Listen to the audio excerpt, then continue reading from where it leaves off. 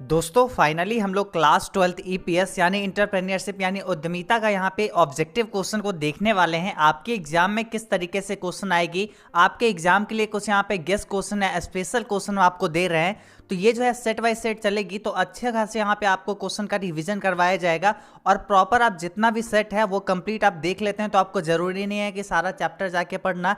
Actually EPS में क्या है, ईपीएस में अकाउंट्स बीएसटी ये दोनों का कंबाइन करके एक बुक बना दिया गया है जिसका नाम है ईपीएस इंटरप्रेन्योरशिप उद्यमिता। और देखो इसमें बाकी ज़्यादा कुछ नहीं पढ़ना रहता है, सब में जो है बस चैप्टर बढ़ा दिया गया है और बाकी कुछ नहीं है। इसमें बस वही है, शॉर्ट शॉर्ट में छोटे छोटे चैप्टर बना बना के दे दिया गया है। अगर आप अच्छे से इसको पढ़ेंगे, थोड़ा बहुत भी पढ़ेंगे, तो आपको अच्छा खासा मार्क्स आ जाएगा। और ईपीएस एक ऐसा सब्जेक्ट है जिसमें ज़्यादातर क्वेश्चन पास्ट एग्जाम क्वेश्चन से पूछा जाता है। तो आप एक बार ज़रूर जो है 2009 से या 2010 से लेके अभी तक का जो है ये पूरा प्रीवियस ईयर क्वेश्चन पेपर जरूर सॉल्व कर लीजिएगा ईपीएस का। स्पेशली ईपीएस में जरूर करिएगा क्योंकि ईपीएस में ज़्यादातर क्वेश्चन पास्ट एग्जाम क्वेश्चन से ही पूछी जाती है।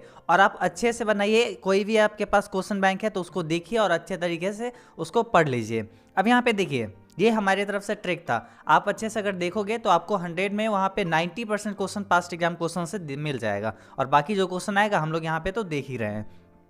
अब यहाँ पे देखिए पहला क्वेश्चन से स्टार्ट करते हैं। लेकिन आपके एग्जाम में बहुत सारे बोर्ड में क्या है, मल्टीपल चॉइस क्वेश्चन रहता है। मतलब option A, option B, option C और ऑप्शन डी, 4 ऑप्शन दिया रहेगा। आपसे पूछा जाएगा कौन सा ऑप्शन राइट है और उसको ओएमआर शीट में टिक करना रहेगा। बहुत से बोर्ड में कॉपी में लिखना रहेगा।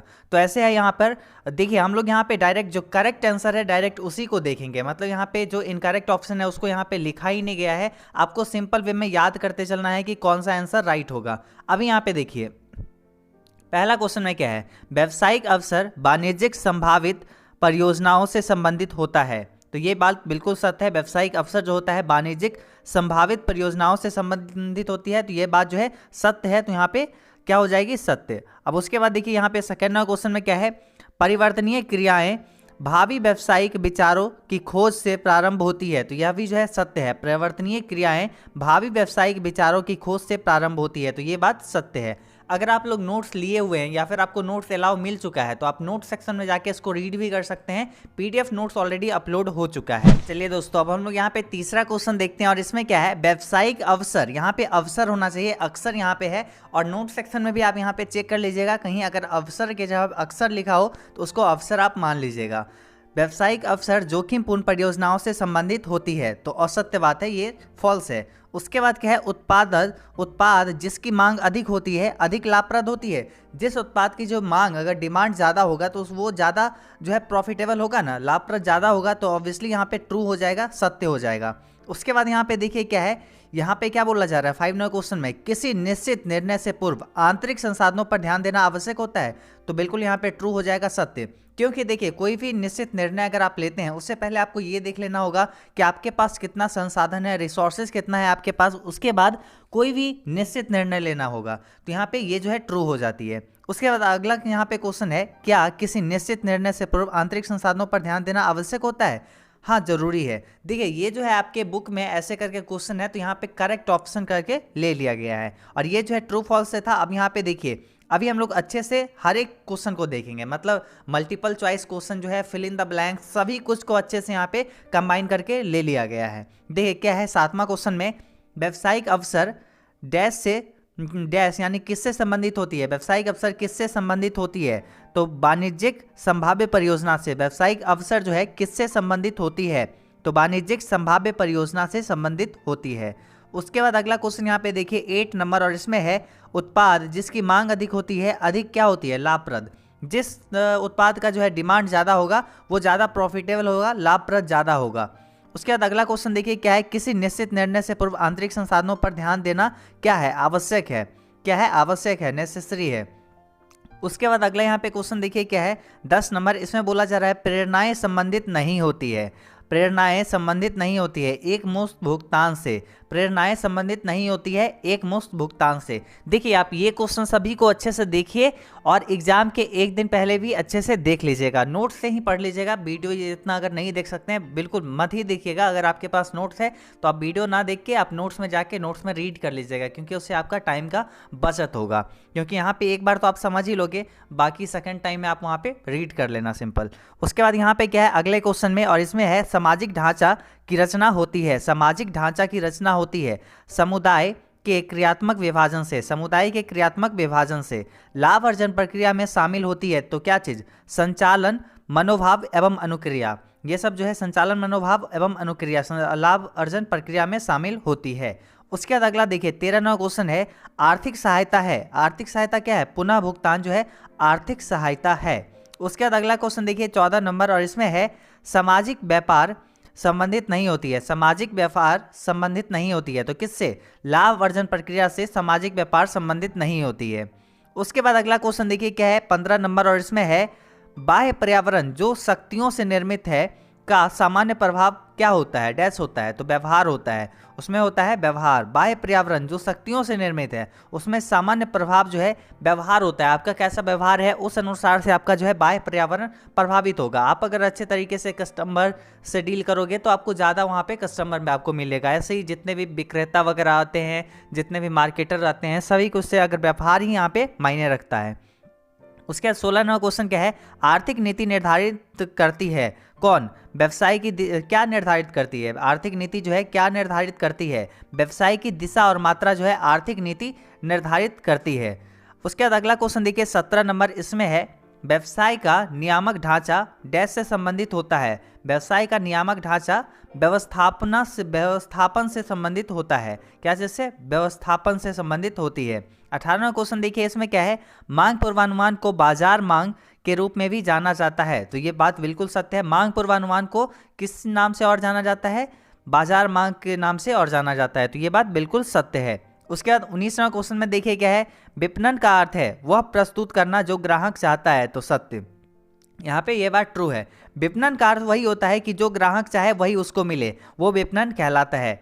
उसके बाद अगला क्वेश्चन देखिए 20 नंबर, और यहाँ पे हम इसलिए जल्दी जल्दी देख रहे हैं क्योंकि हम ये मान के चलते हैं कि आप एग्जाम से थोड़ा दिन पहले ही इसको देख रहे हैं, क्योंकि ये स्पेशल वीडियो है। ये आपके एग्जाम लास्ट में आपको ये देखना है जब एग्जाम करीब रहेगा। और यहाँ पर देखिए इसमें क्या है विपणन का अर्थ है वह प्रस्तुत करना जो ग्राहक चाहता है। तो सत्य हो गया।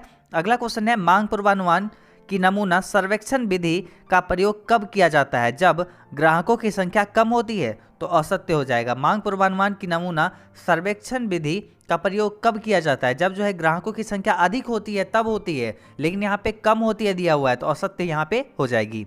उसके बाद यहाँ पे अगला क्वेश्चन को देखिए 21 नंबर, और इसमें है अल्पकाल पूर्वानुमान। अल्पकाल पूर्वानुमान 12 माह की अवधि को शामिल करता है। तो सत्य, अल्पकाल पूर्वानुमान जो है 12 माह की अवधि को शामिल करता है, 12 मंथ्स का। उसके बाद अगला यहाँ पे देखिए क्या है, और अगर 12 मंथ से अगर ज़्यादा का हो तो वो जो है दीर्घकाल अवधि में आ जाएगा। फिर यहाँ पे देखिए क्या है 22वां क्वेश्चन में बाजार की मांग को निम्न में से क्या कहते हैं? तो मांग की भविष्यवाणी। बाजार की मांग को निम्न में से क्या कहते हैं? मांग की भविष्यवाणी को बाजार मांग कहते हैं। उसके बाद अगला क्वेश्चन देखिए 23 नंबर, और इसमें है मांग पूर्वानुमान को डैश के रूप में भी जाना जाता है। तो बाजार मांग के रूप में जाना जाता है। मतलब एक क्वेश्चन को आपको इतने तरीके से हम आपको यहाँ पे बताएंगे जिससे एग्जाम में कहीं से भी घुमा फिरा के क्वेश्चन पूछा जाएगा, आप आसानी से कर लोगे, यहाँ पे कोई दिक्कत नहीं होगी। वैसे भी ईपीएस में कोई ज़्यादा क्वेश्चन हार्ड नहीं आता है, बस आपको थोड़े बहुत अच्छे से पढ़ना रहेगा बिजनेस स्टडी को और अकाउंट्स को।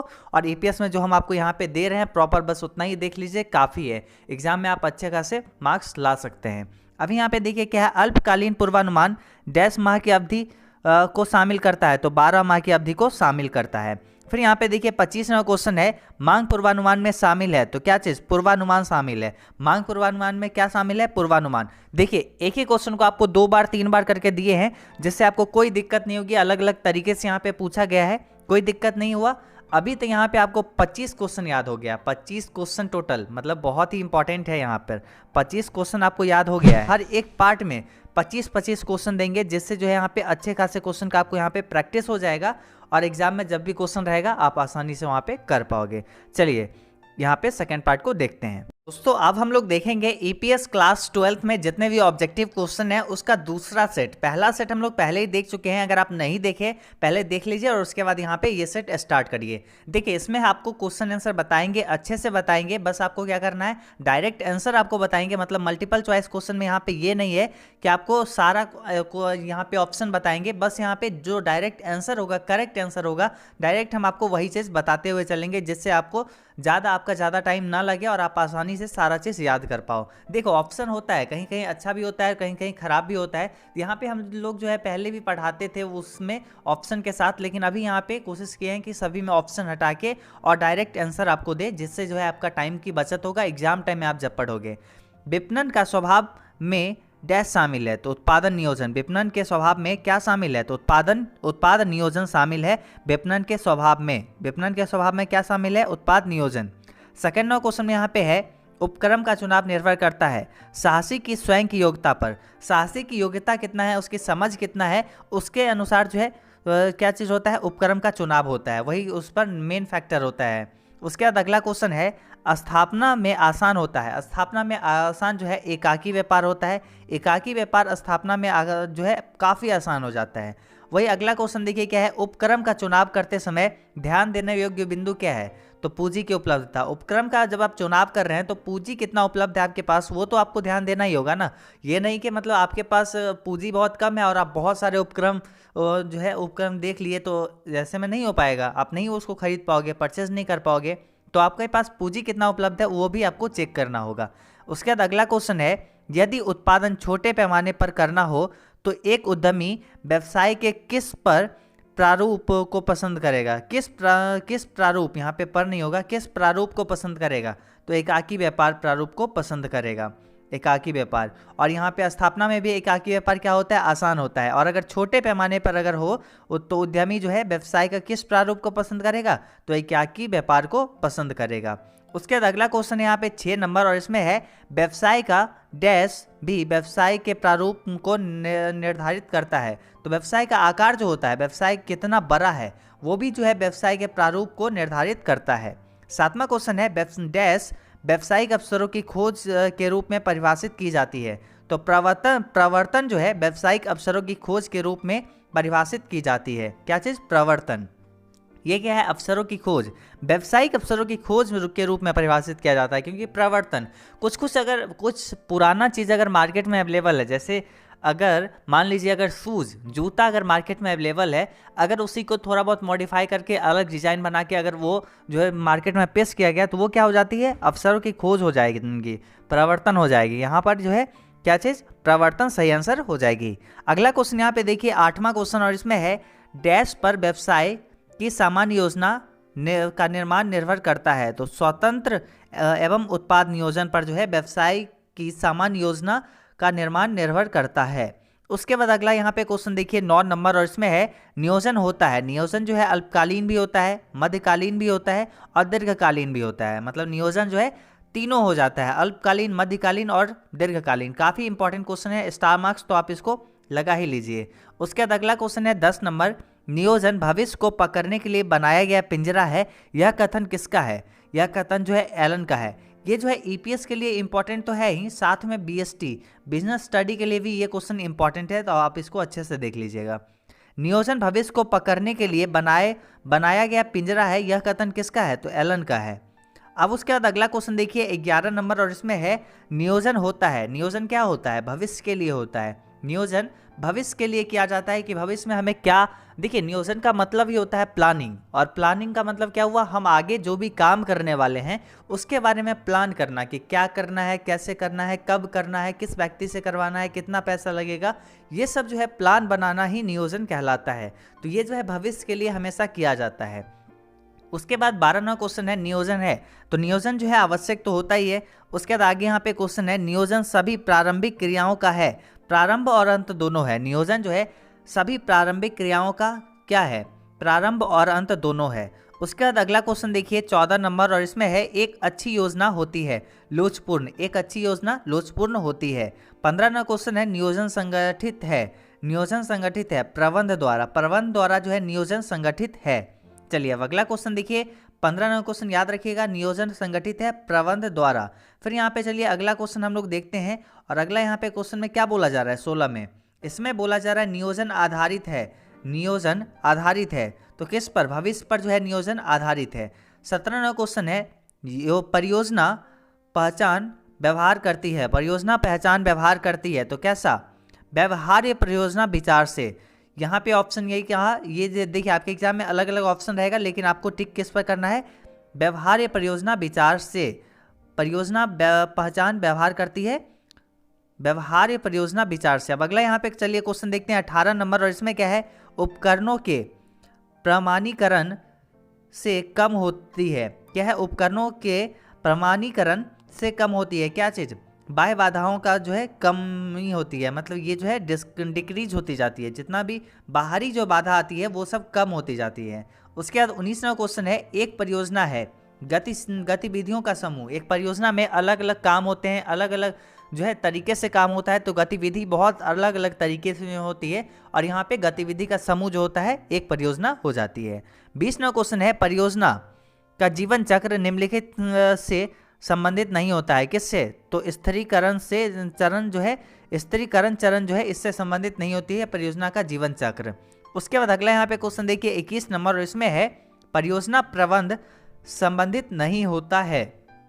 परियोजना प्रबंध संबंधित नहीं होता है तो विकेंद्रीकरण नीति निर्धारण से, विकेंद्रीकरण नीति निर्धारण से परियोजना प्रबंध संबंधित नहीं होता है।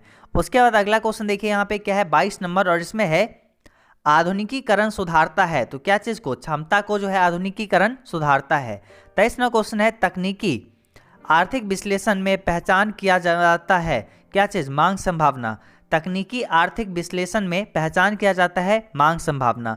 उसके बाद अगला क्वेश्चन यहाँ पे देखिए 24 नंबर, इसमें है निवेश विश्लेषण संबंधित है क्या चीज़ से, संसाधन आवश्यकता से। निवेश विश्लेषण संबंधित है संसाधन आवश्यकता से। उसके बाद देखिए डीपीआर, बहुत ही इंपॉर्टेंट क्वेश्चन है ये, डीपीआर है तो कार्यवाही परियोजना हो जाएगा। डीपीआर है कार्यवाही परियोजना, ये आप अच्छे से याद रखिएगा। टोटल क्वेश्चन इंपॉर्टेंट थी, और अभी हम लोग आगे जो भी सेट देखेंगे सभी में जो क्वेश्चन है सब इंपॉर्टेंट, यहाँ पे अच्छा खासा क्वेश्चन दिया गया है, और आपको हर एक क्वेश्चन याद करना है। एक भी क्वेश्चन ऐसा नहीं करना है कि छोड़ देते हैं, ये क्वेश्चन नहीं आएगा एग्जाम में तो छोड़ देते हैं, मतलब ऐसे आप कैसे अज्यूम कर सकते हो कि एग्जाम में नहीं आएगा। एग्जाम में आप तो क्वेश्चन नहीं सेट कर रहे हो ना, तो यहाँ पे सारा क्वेश्चन आपको अच्छे से याद करना है, सारे क्वेश्चन को देखना है। अभी यहाँ पे चलिए हम लोग देखते हैं अगला सेट। अभी यहाँ पे सेट 2 कंप्लीट हो गया दोस्तों। अब हम लोग यहाँ पे देखेंगे ईपीएस क्लास 12th का ऑब्जेक्टिव का सेट जो है, हम लोग यहाँ पे तीसरा सेट को देखेंगे, थर्ड सेट को देखेंगे, और पहले हम लोग 2 सेट देख चुके हैं। और अगर आप नहीं देखे हैं तो जाके पहले देखिए और उसके बाद यहाँ पे ये सेट स्टार्ट करिए, क्योंकि वो पहले का क्वेश्चन है और फिर यहाँ पे बाद में ये क्वेश्चन दिया जा रहा है। और ये क्या है, बोर्ड एग्जाम के लिए इंपॉर्टेंट स्पेशल क्वेश्चन दिया जा रहा है। यहाँ पर देखिए आपके एग्जाम में 4 मल्टीपल क्वेश्चन होंगे, लेकिन आपको जो है एक जवाब देना रहता है, तो यहाँ पे वही डायरेक्ट जो राइट आंसर है वो यहाँ पे दिया जा रहा है। पहला क्वेश्चन में है, परियोजना के तैयार करने पर व्यय किया गया धन है तो विनियोग है। परियोजना के तैयार करने पर व्यय किया गया धन, जो धन जो है हम परियोजना को तैयार करने में करते हैं। परियोजना क्यों बनाया जाता है, कोई भी परियोजना बनाया जाता है लाभ के लिए, लाभप्रदता के लिए बनाया जाता है। कोई भी परियोजना, कोई भी प्रोजेक्ट होता है वो लाभ के लिए ही बनाया जाता है ज़्यादातर। और उसमें जो है किया गया जो व्यय धन होगा, जो व्यय करेंगे आप, जो खर्च करेंगे, जो धन आप लगाएंगे उस परियोजना पर, वो धन क्या होगा, वो धन आपको बर्बाद हो जाएगा, हानि हो जाएगा, या फिर विनियोग होगा, मतलब वो इन्वेस्ट किए हैं आप, आपको बाद में उससे रिटर्न मिलेगा। देखिए कोई भी परियोजना जब स्टार्ट करते हैं तो उसमें आपका कुछ ना कुछ खर्च लगता है, कुछ ना कुछ पैसा व्यय होता है, वही जो है वो क्या हो जाता है, विनियोग होता है। बाद में उससे आपको मिलते रहेगा, बाद में उस परियोजना से आपको मिलेगा पैसा, वो क्या है, विनियोग है। अब यहाँ पे सेकेंड क्वेश्चन है, परियोजना पहचान में आवश्यक होती है। परियोजना पहचान में क्या आवश्यक होती है, पहला तो एक अनुभव जो है जरूरी होती है, फिर जो है मस्तिष्क का उपयोग, दोनों जो है परियोजना पहचान में आवश्यक होता है। परियोजना को आप कैसे पहचानोगे, आपके पास अगर दिमाग है, मस्तिष्क का उपयोग अगर आप करोगे तभी तो पहचानोगे। आपके पास अगर अनुभव है पहले का, तभी तो आप जाके अच्छे से पहचान पाओगे कि परियोजना किस तरीके से आपको करना है कि अच्छे खासे वहाँ पे जो है आपका लाभ हो। उसके बाद अगला यहाँ पे क्वेश्चन है थर्ड, क्या है, पुनर्भुगतान अवधि संबंधित होती है। क्या है, पुनर्भुगतान अवधि संबंधित होती है विनियोग लागत वसूली के लिए आवश्यक अवधि, विनियोग लागत वसूली के लिए आवश्यक अवधि से। उसके बाद अगला यहाँ पे क्वेश्चन देखिए क्या है, 4 नंबर, और इसमें बोला जा रहा है परियोजना निर्माण संबंधित है, परियोजना निर्माण संबंधित है परियोजना चक्र के दूसरे चरण से, परियोजना निर्माण संबंधित है परियोजना चक्र के दूसरे चरण से। 5 नंबर क्वेश्चन में है परियोजना निर्माण का उद्देश्य डैश निर्धारण करना होता है, परियोजना निर्माण का उद्देश्य डैश निर्धारण करना होता है। तो यहाँ पे क्या आंसर हो जाएगा, प्रस्तावित परियोजना का कुल प्रभाव। परियोजना निर्माण का उद्देश्य डैश निर्धारण करना होता है, तो प्रस्तावित परियोजना का कुल प्रभाव। तो यहाँ पे ये हो जाती है। फिर हम लोग चलते हैं अगला क्वेश्चन को देखते हैं। और 6 नंबर क्वेश्चन में क्या बोला जा रहा है, परियोजना आकलन है। परियोजना आकलन क्या है, लाभप्रदायकता विश्लेषण। क्या चीज़, लाभप्रदायकता विश्लेषण होता है परियोजना आकलन। देखिए इसमें जो है परियोजना का आकलन क्यों किया जाता है कि लाभप्रद, जिसमें जहाँ पे लाभप्रद हो वो चीज़ का विश्लेषण कर कैसे लाभ ज़्यादा हो, उसके लिए जो है विश्लेषण किया जाता है। लाभप्रदायकता विश्लेषण हो जाएगी। 7वां क्वेश्चन में है गर्भावधि संबंधित होती है, तो किससे, क्रियान्वयन अवधि से। गर्भावधि संबंधित होती है क्रियान्वयन अवधि से। अब यहाँ पे चलिए अगला हम लोग क्वेश्चन देखते हैं। और यहाँ पे 8 नंबर क्वेश्चन में क्या बोला जा रहा है, इसमें बोला जा रहा है शुद्ध वर्तमान मूल्य विधि संबंधित है किससे, सभी भावी वर्तमान मूल्य से। शुद्ध वर्तमान मूल्य संबंधित है किससे, सभी भावी, जो भविष्य में वर्तमान मूल्य जो होगा भावी वर्तमान मूल्य से संबंधित होती है। उसके बाद अगला यहाँ पे क्वेश्चन है 9 नंबर क्वेश्चन, और इसमें क्या है, भौतिक संसाधन डैश का एक प्रकार है। भौतिक संसाधन जो है किसका एक प्रकार है, तो संसाधनों का एक प्रकार है। भौतिक संसाधन ये जो है किसका एक प्रकार है, संसाधनों का एक प्रकार है। उसके बाद अगला देखिए यहाँ पे क्या है, सभी संसाधन है निष्क्रिय है, सभी संसाधन निष्क्रिय है, उसका आपको उपयोग करना होगा। वो निष्क्रिय है, वो आप उपयोग कर सकते हो। उसके बाद यहाँ पे 11वां क्वेश्चन है, विभिन्न सार्वजनिक उपयोगिता की संस्थाओं को बड़ी मात्रा में विनियोग करना होता है। क्या चीज़, देखिए यहाँ पे ये क्वेश्चन बहुत इंपॉर्टेंट है। और यहाँ पे इसमें क्या बोला जा रहा है, विभिन्न सार्वजनिक उपयोगिता की संस्थाओं को बड़ी मात्रा में विनियोग करना पड़ता है। देखिए जो बड़ी संस्था होती है उसको जो है बड़ी मात्रा में क्या विनियोग करना पड़ता है, अस्थाई पूंजी जो है, अपना अस्थाई संपत्ति लगाना होता है अपने सार्वजनिक उपयोगिता की संस्थाओं के लिए।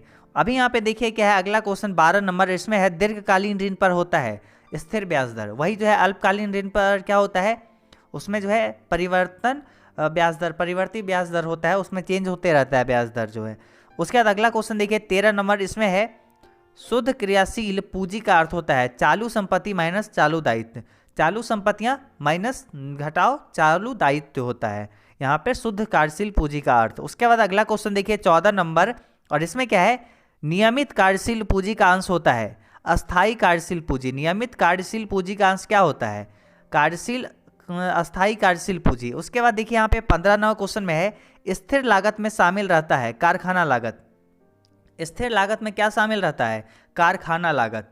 उसके बाद अगला यहाँ पे क्वेश्चन देखिए 16 नंबर, और इसमें क्या है, इसमें है शुद्ध कार्यशील पूंजी का अर्थ है चालू संपत्ति माइनस चालू दायित्व। चालू संपत्ति घटाओ चालू दायित्व शुद्ध कार्यशील पूंजी का अर्थ होता है। अब यहाँ पे देखिए 17 नंबर क्वेश्चन है, आदर्श चालू अनुपात। बहुत इंपॉर्टेंट क्वेश्चन है, स्टार मार्क्स इसको भी आप लगा लीजिए। आदर्श चालू अनुपात है 2:1। उसके बाद 18 नंबर क्वेश्चन है, स्कंद आवर्त अनुपात होता है क्रियाशील अनुपात होता है। स्कंद आवर्त अनुपात क्या होता है, क्रियाशील अनुपात होता है। 19 नंबर क्वेश्चन है, चालू अनुपात होता है क्या चीज़, आर्थिक चिट्ठा अनुपात। चालू अनुपात होता है आर्थिक चिट्ठा अनुपात। उसके बाद यहाँ पे देखिए 20 नंबर क्वेश्चन, और इसमें क्या है, इसमें बोला जा रहा है, इसमें क्या बोला जा रहा है 20 में, डैश तरलता परीक्षण का सबसे सख्त अनुपात है।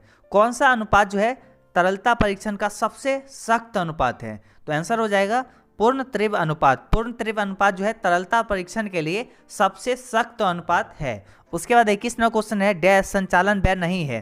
प्रारंभिक व्यय जो होता है, कोई भी जो है प्रारंभ में आप जो व्यय करते हैं, जो खर्च करते हैं, वो जो है संचालन व्यय नहीं कहलाता है। उसके बाद 22 नंबर क्वेश्चन है, चालू अनुपात होता है आर्थिक चिट्ठा अनुपात।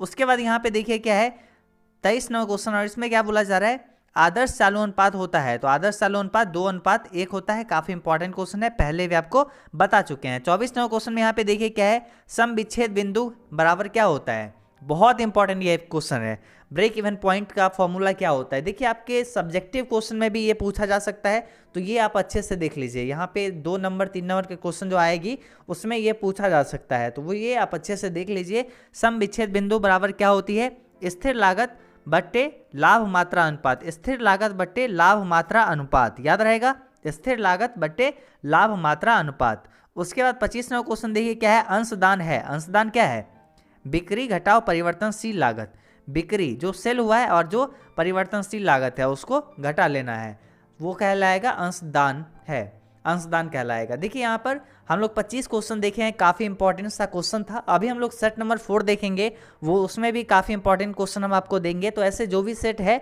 सभी सेट को आप प्रॉपर अच्छे से देखिए, आपके एग्जाम में अच्छे खासे मार्क्स तो जरूर आएंगे। बस आप क्या करिएगा, प्रीवियस ईयर क्वेश्चन जो पास्ट एग्जाम क्वेश्चन है वो आप अपने कोई भी गेस्ट पेपर या कोई भी जो है क्वेश्चन बैंक जो भी रहेगा उससे आप ज़रूर सॉल्व कर लीजिए। आप खुद से बना के देखिए, उसको प्रैक्टिस करिए, बना के देखिए कि आपको कितना आता है, आप चेक करिए अपने आप को। तो ये इंपॉर्टेंट है आपके लिए। चलिए अब हम लोग सेट नंबर 4 को देखेंगे। दोस्तों अभी हम लोग देखेंगे क्लास 12 ईपीएस यानी इंटरप्रेन्योरशिप यानी उद्यमिता का यहाँ पे हम ऑब्जेक्टिव क्वेश्चन का चौथा सेट देखेंगे। काफ़ी महत्वपूर्ण यहाँ पे क्वेश्चन है, आपके एग्जाम में 4 मल्टीपल चॉइस अगर क्वेश्चन आते हैं फिर भी आप देखिए यहाँ पे, क्योंकि यहाँ पे डायरेक्ट जो करेक्ट ऑप्शन है वो यहाँ पे बताया जा रहा है। यहाँ पे क्या है, पहला क्वेश्चन से स्टार्ट करते हैं बिना टाइम गवाए, और इसमें बोला जा रहा है सुरक्षा सीमा है। सुरक्षा सीमा क्या होता है, वास्तविक बिक्री घटाओ सम विच्छेद बिंदु पर बिक्री, वास्तविक बिक्री घटाओ सम विच्छेद बिंदु पर बिक्री। अभी यहाँ पे दूसरा क्वेश्चन में है जोखिम पूंजी शिलाधार स्थापित किया गया, जोखिम पूंजी शिलाधार स्थापित किया गया कब, 1975 में। उसके बाद थर्ड नंबर क्वेश्चन देखिए, इसमें क्या है, उद्यमी पूंजी विचार उत्पन्न हुआ कब, कहाँ हुआ, सॉरी अमेरिका में, उद्यमी पूंजी विचार उत्पन्न हुआ अमेरिका में। अगला क्वेश्चन है यहाँ पे चौथा, और इसमें बोला जा रहा है जोखिम पूंजी शिलाधार स्थापित किया गया, तो IFCI द्वारा, जोखिम पूंजी शिलाधार स्थापित किया गया IFCI द्वारा। उसके बाद यहाँ पे 5 नंबर क्वेश्चन में है उद्यमी पूंजी में रहता है उच्च जोखिम, उद्यमी पूंजी में क्या रहता है, उच्च जोखिम रहता है, हाई रिस्क होता है उद्यमी का जो पूंजी होता है। उसके बाद यहाँ पे 6 नंबर क्वेश्चन में है भारतीय प्रौद्योगिकी विकास एवं आधारभूत निगम स्थापित किया गया, तो 1988 में, भारतीय प्रौद्योगिकी विकास एवं आधारभूत निगम स्थापित किया गया 1988 में। 7 नंबर क्वेश्चन है श्रम गहन प्रौद्योगिकी उपयोगी है विकासशील देशों हेतु, श्रम गहन प्रौद्योगिकी उपयोगी है विकासशील देशों हेतु। उसके बाद यहाँ पे 8वां क्वेश्चन में क्या बोला जा रहा है, इसमें यहाँ पे बोला जा रहा है श्रम गहन प्रौद्योगिकी उपयुक्त है क्योंकि यह संबंध है किससे, ये संबंधित है किससे, तो प्रकृति के अविचल से ये संबंधित है, संबंध है इसका श्रम गहन प्रौद्योगिकी का। उसके बाद यहाँ पे 9वां क्वेश्चन में है चलों का प्रयोग प्रायः तकनीकी योग्यता के लिए किया जाता है, चार तकनीकी योग्यता के लिए किया जाता है। अब यहाँ पर देखिए क्या है 10 नंबर, इसमें बोला जा रहा है पूंजी गहन प्रौद्योगिकी इतनी उपयोगी नहीं है क्योंकि, देखिए क्योंकि यह जो है उपभोक्ता का शोषण करती है, पूंजी गहन प्रौद्योगिकी इतनी उपयोगी नहीं है, ज़्यादा उपयोगी क्यों नहीं है, क्योंकि यह जो है उपभोक्ता का शोषण करती है। फिर यहाँ पे 11वां क्वेश्चन देखिए, और इसमें क्या है प्रबंध है, प्रबंध कला और विज्ञान दोनों है, काफ़ी इंपॉर्टेंट क्वेश्चन है, स्टार मार्क्स तो इसमें आप लगा ही लीजिए बिना सोचे समझे। और ये भी क्वेश्चन, दोनों क्वेश्चन बहुत इंपॉर्टेंट है, ईपीएस में पूछे ना पूछे लेकिन बीएसटी में, बिजनेस स्टडी में ज़रूर पूछेगा। तो यहाँ पे ये आप अच्छे से नोट कर लीजिए, और ज़रूर आप एग्जाम के आने के बाद आप ज़रूर मैच कर लीजिएगा, इस पेपर में ज़रूर ये क्वेश्चन रहेगा। अब यहाँ पे देखिए क्या है 13 नंबर, और इसमें है वर्तमान उत्पादन व्यवस्था वास्तव में है अप्रत्यक्ष उत्पादन, क्या है अप्रत्यक्ष उत्पादन, वर्तमान उत्पादन व्यवस्था वास्तव में है अप्रत्यक्ष उत्पादन। 14 नंबर क्वेश्चन में यहाँ पे बोला जा रहा है किसी भी लघु उपक्रम की रीढ़ उसके द्वारा प्रदत्त उत्पादन अथवा डैश है, तो सेवाएं, किसी भी लघु उपक्रम की रीढ़ उसके द्वारा प्रदत्त उत्पादन या अथवा सेवाएं हैं, उसका जो है रीढ़ क्या होगा, जो भी कोई भी अगर उपक्रम है उसका रीढ़ क्या होगा, जो भी उत्पादन होगा उससे या फिर जो भी सेवा उससे मिलेगी वही जो है उसका रीढ़ हो जाएगी। 15वां क्वेश्चन है विपणन पर किया गया धन क्या है, विनियोग है, विपणन पर अगर कोई हम धन व्यय करेंगे, कोई खर्च करेंगे तो वो क्या होगा, विनियोग कहलाएगा, इन्वेस्टमेंट कहलाएगा, इन्वेस्टमेंट। अभी यहाँ पे देखिए आगे हम लोग क्वेश्चन देखते हैं 16 नंबर, और इसमें है विपणन व्यय भार है, विपणन पर जो व्यय होता है वो किस पर भार है, तो उपभोक्ता पर ये भार होती है, उपभोक्ता को ये खर्च एक्स्ट्रा लगता है। अब यहाँ पे 17 नंबर क्वेश्चन है लेबलिंग है, तो लेबलिंग क्या है, आवश्यक है क्योंकि उसमें जो है उत्पाद से रिलेटेड कुछ जानकारी दिया रहता है। लेबलिंग का मतलब क्या होता है, उत्पाद से रिलेटेड, उत्पाद जो रहेगा उससे रिलेटेड कुछ जानकारी कोई एक चिट्ठा पर रहेगा उसको लेबलिंग कहेंगे, जो चिट्ठा पर रहेगा उसको लेबलिंग कहेंगे। 18वां क्वेश्चन में देखिए क्या है उत्पाद मिश्रण को प्रभावित करने वाले घटक है, तो विपणन, उत्पाद मिश्रण को प्रभावित करने वाले घटक कौन है, तो विपणन।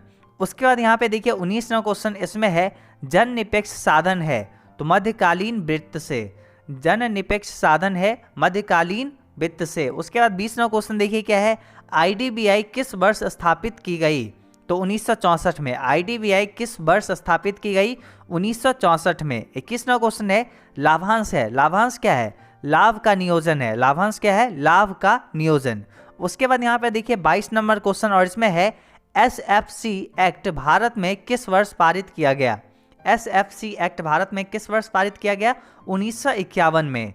23वां क्वेश्चन है अधिमान अंशों पर लाभांश दर होती है स्थिर, अधिमान अंशों पर जो है लाभांश दर जो होती है वो फिक्स्ड होती है, स्थिर रहती है। 24वां क्वेश्चन है नग्न ऋण पत्र होता है तो आरक्षित होता है, अरक्षित होता है, नग्न ऋण पत्र होता है क्या चीज, आरक्षित होता है। 25वां क्वेश्चन देखिए क्या है, सम्मेलन का अर्थ होता है, सम्मेलन का अर्थ होता है दो या दो से अधिक व्यवसाय का मिश्रण। जब दो या दो से अधिक व्यवसाय एक साथ मिलकर काम करने लगता है, मर्ज हो जाता है, तो उसको सम्मेलन कहते हैं। सम्मेलन का अर्थ होता है दो या दो से अधिक व्यवसायों का मिश्रण। तो यहाँ पे अभी हम लोग 25 क्वेश्चन देखे हैं जो कि काफ़ी इंपॉर्टेंट थी, सारा चीज़ हम देख लिए हैं। अभी यहाँ पे आप सब्जेक्टिव क्वेश्चन को भी जाके देख लीजिएगा, और ऑब्जेक्टिव में अगर कुछ इंपॉर्टेंट और भी क्वेश्चन आती है तो वो हम कुछ और मिलती है तो आपको अच्छे से बताएंगे। यहाँ पे और भी वीडियोस ऑटोमेटिकली अपलोड हो जाएंगे, उसके लिए आपको कुछ नहीं करना है, आपको 1-2 दिन बाद आके इसको चेक कर लेना है, यहाँ पे क्वेश्चंस अपडेट मिल जाएंगे। अभी यहाँ पे चलिए मिलते हैं अब कुछ और वीडियो के साथ, तब तक लिए बाय बाय।